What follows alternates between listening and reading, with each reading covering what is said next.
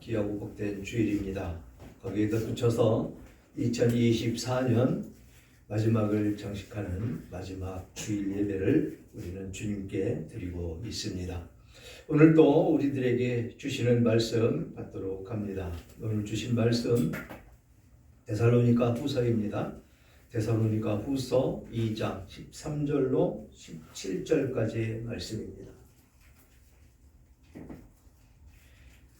신약 성경 334쪽에 있는 데살로니가 후서 2장 13절로 17절까지의 말씀 다 찾으셨으면 제가 봉독해 올리도록 하겠습니다.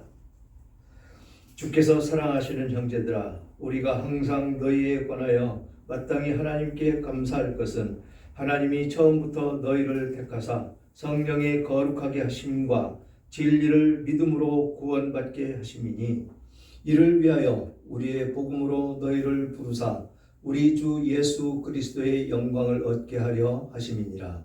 그러므로 형제들아, 굳건하게 서서 말로나 우리의 편지로 가르침을 받은 전통을 지키라.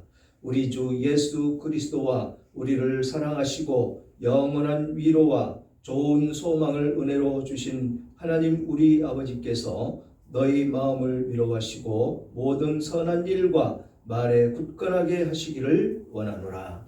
아멘. 아멘. 오늘 말씀의 제목은 하나님께 감사하는 이유라는 제목으로 은혜를 나눌까 합니다. 이 말씀을 강론하기 이전에 오늘 아침에 큰 사고가 또 났습니다.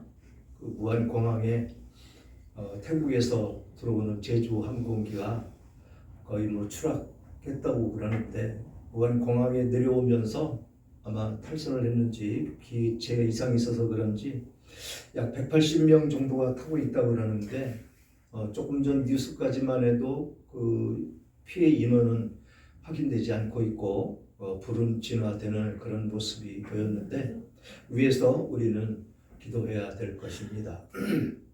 지금 이런 형국 속에서 하나님의 나라는 계속 이어져 가고 있고, 우리는 그 하나님의 은혜를 받으며 그렇게 살아가고 있습니다.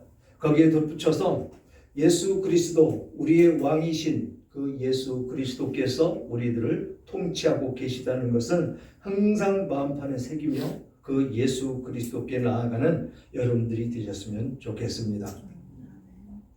그래서 오늘 본문에 하나님께 감사하는 그 이유가 어디에 있을까를 살펴보기 위해서 우리는 이 선택을 했다라는 것이죠. 그래서 하나님께 감사하는 것은 분명한 이유가 있다라는 것입니다. 우리의 삶 가운데 그 하나님께 감사하는 이유가 분명히 있다라는 것이죠. 그런데 세상 사람들은 감사가 그리 많지 않다라는 것입니다. 또한 예수를 믿는다고 하는 사람들도 마찬가지다라는 것이죠. 특별한 은혜를 받은 사람이 아니면 하기가 힘든 그런 감사다라는 것이죠. 하지만 이 구원받은 하나님의 백성들은 감사할 이유는 너무나 많은 것이다라는 것입니다. 죄로 죽은 우리의 인생을 예수 그리스도 그 구주로 인해서 구원을 받았고 영생 복락을 누리게 돼서 영원히 주와 함께 살게 되었으니 그것만 해도 감사할 이유가 충분하다라는 것입니다. 이 세상 살아감에 있어서 햇빛과 공기 그리고 비를 주심으로 오늘까지 살게 됐으니 그것 또한 감사할 이유가 충분하다라는 것입니다. 우리가 살아가는 모든 일에 감사해야 되는 것이 아닐지요.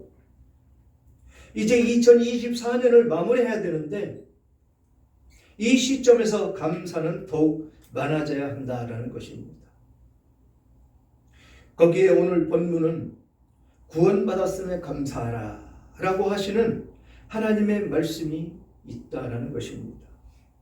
그래서 본문을 통해서 감사해야 되는 조건에 대해서 알아보도록 하겠습니다. 이 감사해야 되는 조건 첫 번째는 처음부터 우리들을 하나님께서 택하셨고 진리의 믿음으로 구원을 받았기 때문에 감사하라라고 말씀을 하고 있다는 것이죠. 그래서 13절을 보니까 주께서 사랑하시는 형제들아 우리가 항상 너희에 관하여 마땅히 하나님께 감사할 것은 하나님이 처음부터 너희를 택하사 성령의 거룩하게 하심과 진리를 믿음으로 구원을 받게 하심이니 라고 말씀을 하고 있습니다. 주께서 사랑하시는 형제들아, 이게 지금 우리를 향한 말씀 아닙니까? 우리가 누구의 사랑을 받았다고요? 주님의 사랑을 받은 우리들이다 라는 것입니다. 우리들이 그냥 이 세상에서 그냥 살아가는 것 같고 내 자유로 살아가는 것 같고 내 의로 내가 잘나서 그렇게 사는 것 같지만 하나님의 사랑을 주님의 사랑을 받으며 우리는 살아가는 인생들이다 라고 첫마디에 말씀을 하고 있다는 것입니다. 그런 사랑을 받은 우리가 더 큰 은혜를 받고 살아간다라는 것입니다. 그래서 하나님의 감사할 것이 무엇이냐라는 것이죠.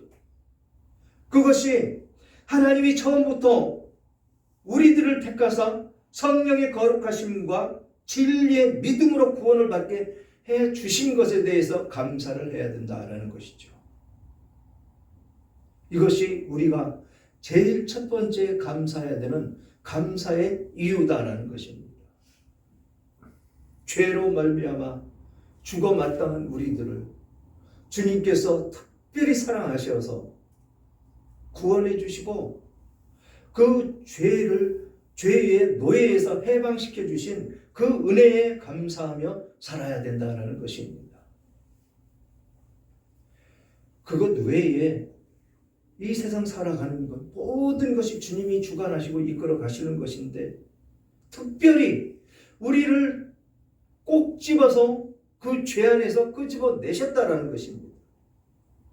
죄의 구렁텅이에서 죄의 노예에 놓여 있던 우리들을 그래서 출애굽기를 하나님께서는 말씀을 하시고 계시는데 애굽의 노예로 살던 그 삶을 하나님이 이스라엘 백성들 그 노예로 삶을 살던 하나님의 백성들을 모조리 끄집어내서 저 가나안을 향해서 가게 하신 그 하나님 그것과 똑같은 이치다라는 것입니다. 이 세상 죄된 세상에서 그 죄의 노예가 된 우리들을 특별히 사랑하심으로 주님께서 사랑하시는 형제들아라고 말씀하신 이 말씀 가운데 그 사랑이 있었기에 우리는 하나님께서 그 죄 가운데에서 죄의 노예에서 끄집어내셔서 자유케 해 주셨다라는 것입니다. 안 그러면 지금 우리들은 그 죄 가운데 놓여서 지금도 죄가 무엇인지 알지 못하며 죄를 범하며 그렇게 살아갈 것입니다. 항공기가 추락했다는 뉴스를 접하면서 그렇게 기도했습니다. 하나님, 그 비행기가 태국에서 방콕에서 오는 비행기인데 여행을 갔다가 스케줄을 맞춰서 예배에 참석하기를 그 스케줄 맞춰서 오는 사람도 있었을 것입니다. 하나님, 거기에 있는 모든 사람들이 하나님의 백성들이 아니겠습니까? 하나님이 사랑으로 하나님이 사랑하신 그 사랑 안에 있는 하나님의 백성들 사고가 났을지라도 무사히 구출이 돼서 생명이 지장이 없는 그 과정 가운데 놓이게 해달라고 잠시 여기서 무릎 꿇고 기도를 했었습니다. 모두가 하나님의 백성들이라는 것이죠. 하나님의 은혜를 받아야 되는 것이고 다만 그 예수 그리스도 그 복음을 받아들이느냐 안 받아들이느냐 그 차이로서 지옥 백성이고 천국 백성이고 나뉘어질 뿐이지 이 세상 삶을 살아가는 그 과정 가운데는 모두가 하나님의 은혜 가운데 삶을 살아가는 하나님의 백성들이다라는 것입니다. 우리가 누구를 멸시하고 누구를 저주하며 그렇게 살 수가 있겠습니까? 우리는 하나님께서 말씀하시는 그 사랑만 펼치며 살으라고 말씀을 하셨는데, 우리는 그 사랑으로 모든 사랑을 품에 안아야 된다라고 하나님은 말씀하시는데, 우리가 2024년을 살면서 과연 우리는 그런 사랑을 듬뿍 받으며 살았는데 그것을 세상 사람들에게 전하며 살았는지 우리를 뒤돌아봐야 된다는 것이지요. 믿음으로 우리는 진리를, 믿음으로 우리는 구원을 얻었다라고 말씀을 하십니다. 그러면서 두 번째 하나님께 감사해야 되는 이유는 그리스도의 영광에 참여하게 되었으니 감사해야 된다라는 것입니다. 그리스도의 영광에 참여하게 된 우리들. 14절에 이를 위하여 우리의 복음으로 너희를 부르사 우리 주 예수 그리스도의 영광을 얻게 하려 하심이니라. 예수 그리스도의 영광을 누가 얻어요? 우리가 얻는다는 것입니다. 영광 가운데 거하는 우리 하나님의 백성들이 된다라는 것이지요. 그래서 에베소서 1장 4절에는 곧 창세전에 그리스도 안에서 우리를 택하사 우리로 사랑 안에서 그 앞에 거룩하고 흠이 없게 하시려고 라고 말씀을 하셨습니다. 창세전에 우리를 예수 그리스도 안에서 택하셨다라고 말씀을 하십니다. 그래서 우리로 사랑 안에서 그 앞에서 거룩하고 흠이 없는 그런 사람이 되게 하려고 하셨다라는 것입니다. 흠이 없는. 그런데 우리들 가만히 가슴에 손을 얹고 생각을 해보면 흠이 얼마나 많습니까? 생각으로 짓는 죄, 눈으로 보고 짓는 죄, 또 입으로 쏟아내는 죄는 또 얼마나 많습니까? 우리는 그냥 잠에서 깨어나면서 잠이 들 때까지 죄를 범하며 살지요. 그런데 그렇게 그 죄 안에 있는 우리들을 꼭 집어내서 뭐라고 말씀하십니까? 영광을 얻게 하려 하신다라고 말씀을 하시면서 이 에베소서의 말씀은 거룩하고 흠이 없게 하려고 우리들을 꼭 집어내셨다라고 말씀을 하십니다. 또 데살로니가후서 1장 10절로 12절은 이렇게 말씀을 하십니다. 그날에 그가 강림하사 그의 성도들에게 영광을 받으시고 모든 믿는 자들에게 놀랍게 여김을 얻으시리니 이는 우리의 증거가 너희에게 믿어졌음이라. 이러므로 우리도 항상 너희를 위하여 기도함은 우리 하나님이 너희를 그 부르심에 합당한 자로 여기시고 모든 선을 기뻐함과 믿음의 역사를 능력으로 이루게 하시고 우리 하나님과 주 예수 그리스도의 은혜대로 우리 주 예수의 이름이 너희 가운데에서 영광을 받으시고 너희도 그 안에서 영광을 받게 하려 함이라. 아멘. 그렇습니다. 창세전에 선택을 하셨고 거룩하고 흠이 없게 하시려고 우리들을 꼭 집어내셨고 또 그 날에라고 하는 것은 마지막 때 예수 그리스도께서 재림하시는 그날을 말씀하십니다. 그날 예수 그리스도 강림하사 성도들에게 영광을 받으신다라는 것입니다. 우리들에게 그 영광을 받으시면서 그냥 많은 것이 아니고 우리 가운데 영광을 받으시고 우리도 그 안에서 영광을 받게 하려 하신다라고 말씀을 하십니다. 그러니 얼마나 감사한 일입니까? 우리가 무엇이간데 죄의 본성을 가지고 태어나서 죄밖에는 모르며 살던 우리들, 그런 우리들이 이런 은혜를 받으며 살아가고 있음을 우리는 늘 기억하며 감사해야 된다는 것이지요. 이것이 하나님의 자녀된 그 기쁨과 은혜와 사랑 안에 있는 우리들의 모습이다라는 것입니다. 그런데 그런 우리들 삶 가운데 무슨 불평, 불만이 그렇게 많은지요?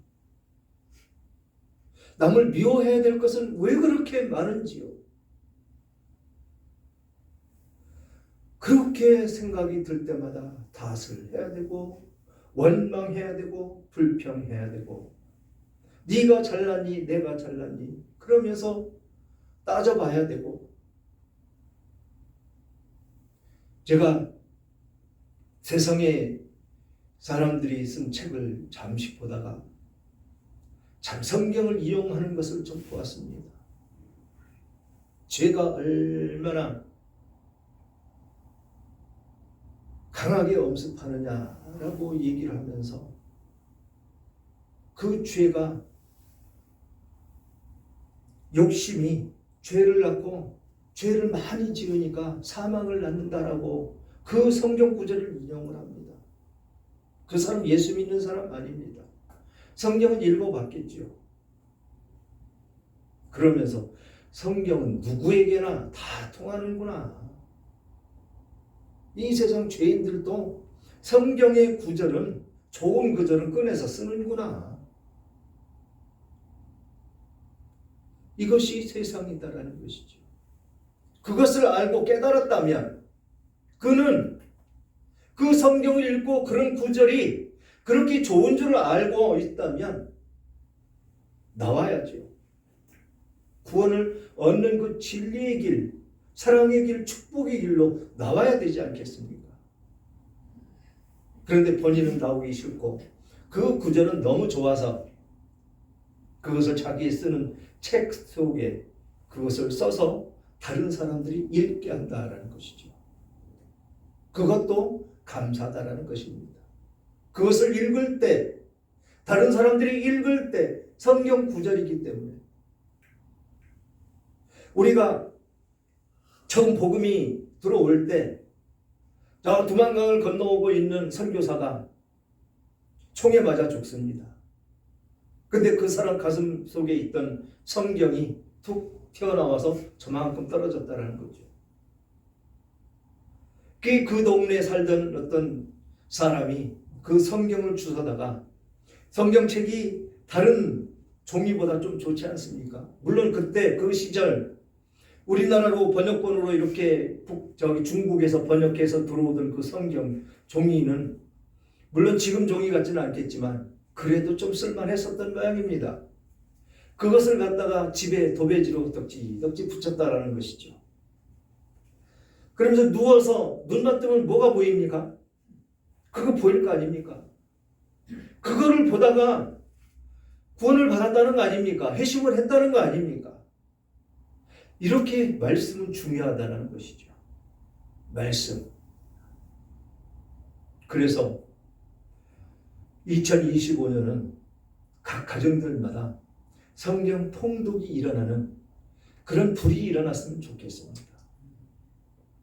그래서 어떤 시간을 정해놓든지 아니면 어떤 프로그램을 짜놓든지, 그래서 그 시간만큼이라도 성경을 모두가 읽을 수 있는 그 시간을 좀 만들었으면 좋겠습니다.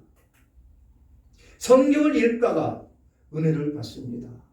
구원을 얻습니다. 홀가닥 뒤집어집니다. 그렇게 뒤집어지면 뭐라고 그럽니까? 미쳤다고 그러죠. 예수님. 역사는 일어납니다. 그게 살아계신 하나님의 말씀. 요한복음에서 말씀하시는 말씀이 육신이 되어 오신 예수님이라고 그랬는데 그 말씀이 곧 하나님이시다라고 말씀을 하시지 않습니까? 말씀 외에는 아무것도 없습니다. 그래서 우리는 말씀을 반드시 읽어야 된다는 것이죠. 요한 웨슬리가 감리교 창시자죠. 미국에 다니면서 선교하는데 플라워호를 타고 왔다 갔다 하면서 풍랑을 만났는데, 모라비안들은 저쪽에서 풍랑을 만났는데도 찬송을 부르고 있는데 자기는 두려워서 숨어서 떨고 있었다라는 것이죠. 그래서 돌아와서 자기를 되돌아보며 회개하며 있는데, 그때 마침 로마서를 읽게 됐다라는 것입니다. 로마서를 읽다가 홀딱 뒤집어졌다라는 거 아닙니까? 그 전까지는 그냥 해야 되는 것으로 했다라는 것입니다. 복음을 증거하러 미국을 다녔고 학교에서 학생들을 가르쳤고, 그런데 예수님을 만나지 않고도 그것을 할 수가 있었더라라고 그는 고백을 합니다. 이 로마서가 이 성경 66권, 이 복음의 핵심을 주장하는 그 핵심 중에 핵심 복음이다라는 것이죠. 로마서를 많이 읽으면 좋습니다. 저도 신학교 다닐 때 하나님의 은혜로 로마서를 읽으라는 그 음성을 듣고 천독 정도는 했나 봅니다. 로마서만. 물론 이 성경 창세기 1장 1절부터 이 계시록까지 정독으로 그때 신학교 갈 때 한 12독 정도 하고 갔습니다. 근데 꼭 집어서 로마서를 읽으라고 하는데 참 읽기 힘들었죠. 들어오지도 않고 펴면 졸리고, 그때마다 찬송합니다. 보혈 찬송. 그 찬송을 하고 한 두세 곡 정도 하고 나면 다시 보입니다. 그렇게 한 500독 정도 하니까 성경 전체가 열려갑니다. 성경 전체가 열려가니까 어느 구절이든지 펴놓으면 설교가 되는 것이죠. 그냥 하나님이 말씀을 열어주셔야 됩니다. 여러분들 가운데, 여러분들 심령 가운데 말씀을 열어주시고 그 말씀이 내 안에 떨어져야 하나님의 진솔한 뜻을 깨달을 수가 있다라는 것입니다. 그래서 2025년도에는 어느 가정이고 불문하고 성경 통독을 실행하는 그런 가정들이 됐으면 좋겠습니다. 그 15절을 보니까, 그러므로 형제들아 굳건하게 서서 말로나 우리 편지로 가르침을 받은 전통을 지키라 라고 말씀을 하십니다. 여기서 전통이라고 번역이 되어 있는데 전수해 준 것, 전수한 것, 그러니까 즉 가르쳐 준 것을 지켜라 라고 이 사도들은 이 데살로니가 교회 교인들에게 권면하고 있는 것입니다. 그것을 지키라는 것이죠. 무엇을? 가르쳐준 복음을, 그것을 지켜 행하라라는 것입니다.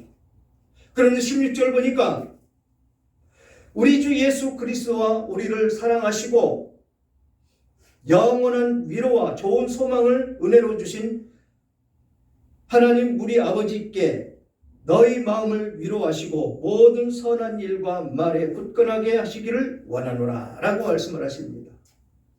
그래서 하나님께 감사해야 되는 이유 세 번째가 소망을 주셨기 때문에 감사해야 된다라는 것입니다. 우리들에게 소망을 주셨다라는 것입니다. 은혜로, 그것도. 그래서 우리는 이 땅 가운데 소망을 가지고 저 천국을 바라볼 수 있는 그 소망, 그것으로 우리는 살아갈 힘을 느끼며 살아가더라라는 것입니다. 그래서 요한복음 14장 16절에 18절은 이렇게 말씀하십니다. 내가 아버지께 구하겠으니 그가 또 다른 보혜사를 너희에게 주사 영원토록 너희와 함께 있게 하리니 그는 진리의 영이라.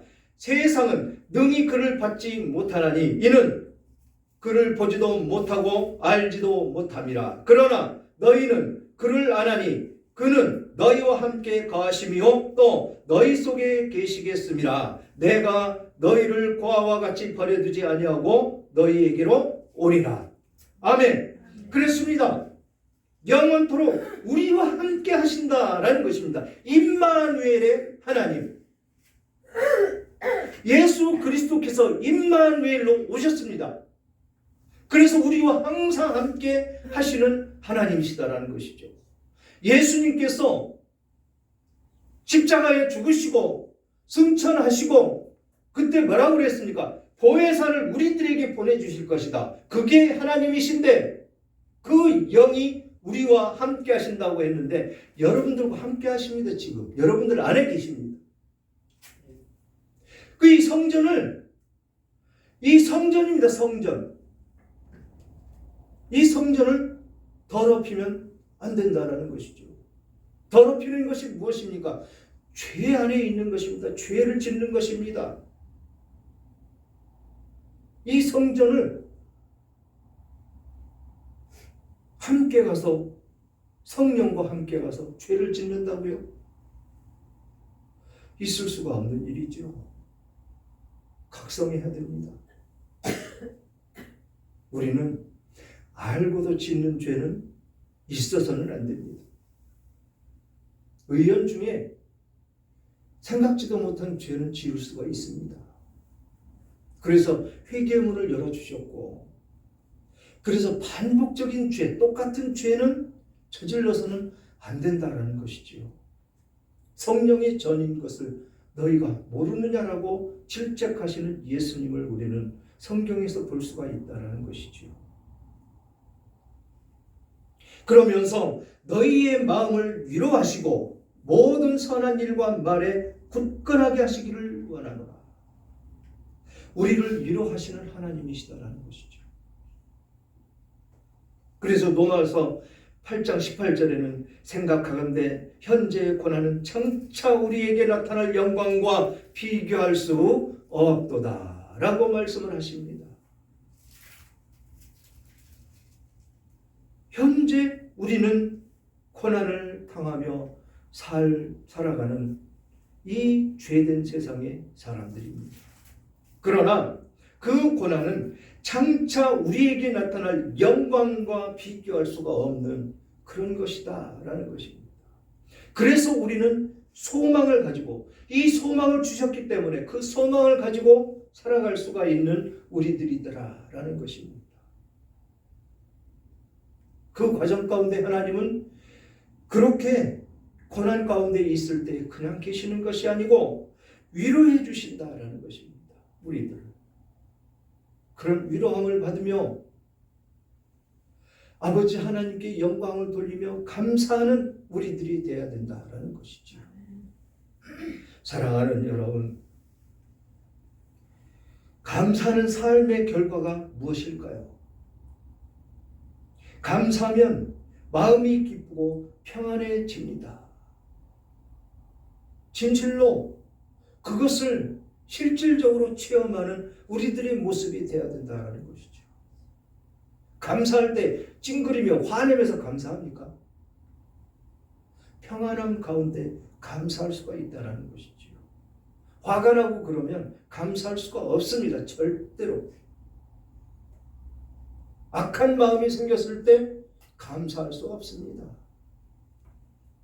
그래서 감사는 긍정적인 그 행동의 표현이다라는 것이지요. 긍정적인 말을 하다 보면 자기도 모르는 사이에 마음이 평안해진다라는 것입니다.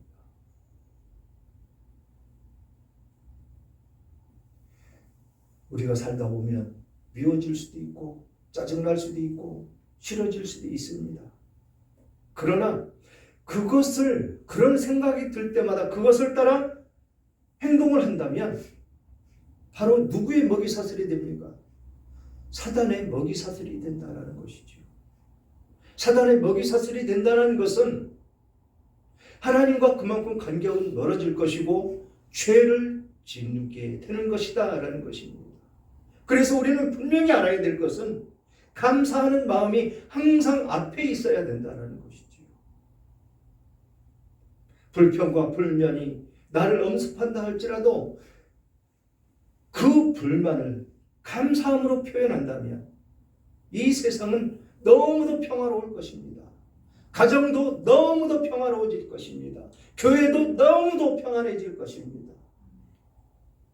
그래서 우리는 하나님께 감사하는 그 이유 가운데에서